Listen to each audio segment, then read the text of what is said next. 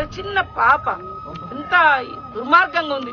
బహిరంగంగా ఉరిదీసే కార్యక్రమం చేయండి, బహిరంగంగా ప్రజల ముందుకు పెట్టండి. వీళ్ళు ఏం చేయాలో, రాళ్లతో కొట్టాలన్నా కర్రలతో కొట్టాలన్నా ఏం చేయాలో బయటికి తీసుకురండి. కనీసం నైతిక మద్దతు ఇవ్వరు, భౌతిక శిక్షలు ఉండే వాళ్లకు. పైనుంచి తల్లిదండ్రులు ఆత్మ ఘోష, వాళ్ళ బాధను భరించలేక రోడ్ల మీదకి వచ్చి మా బిడ్డకి ఇట్లా జరిగిందని ఇంటి ముంగటేసుకొని కనీసం నిరసన తెలియజేస్తా ఉంటే, ఇవాళ వాళ్ళని కొట్టి అమ్మకు దెబ్బలు తగిలినాయి, తల్లికి దెబ్బలు తగిలినాయి, తండ్రికి దెబ్బలు తగిలినాయి. అరే మీరు ఈ 500 మంది పోలీసులను బాడీ బయటకు వచ్చేంత వరకు మీరు కనుక్కోలేదు. వీళ్ళు బయట పెట్టి ఈ ఇంటి మీద మాకు డౌట్ ఉందని వాళ్ళకు ధ్వంసం చేస్తే బయటికి తలుపులు వాళ్ళ కొట్టే కనుక మీరు బయట తీయలేకపోయారు.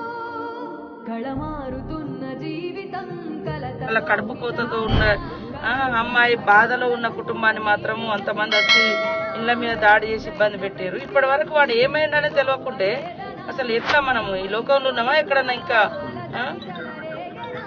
అరే మీకు కూడా తెలియదు, మీరు మెజిస్ట్రేట్ అండి ఈ ఇష్యూలో. మీరు ఇది ఏమైందని ఇన్వెస్టిగేషన్ చేసి వెంటనే వాడికి ఏం పనిష్మెంట్ ఇవ్వబోతున్నారు, అసలు ఏం జరుగుతుంది? మరి అత్యుత్సాహం చూపించి కుటుంబం సభ్యుల మీదనేమో విపరీతంగా కొట్టి అమ్మకు కూడా దెబ్బలు తగిలినాయి. మొత్తం వాళ్ళ తల్లికి మానసికంగా వాళ్ళు ఇప్పటికే హింసకు గురైతా ఉన్నారు. మళ్ళీ ఒంటి మీద కూడా దెబ్బలు తగిలించే పరిస్థితి వస్తే ఎవరిని కొట్టాలి ఎవరిని కొట్టకూడదు అని కూడా స్పృహ లేకుంటే ఎట్లా మనకు? దుర్మార్గులను కొట్టాల్సింది పోయి దుర్మార్గానికి బలైన వాళ్ళని కొడితే ఇది ఎంతవరకు కరెక్ట్? ఇట్లా అది మీరు ఫాలో అప్ చేయండి సార్, ఇది తొందరగా చేయండి.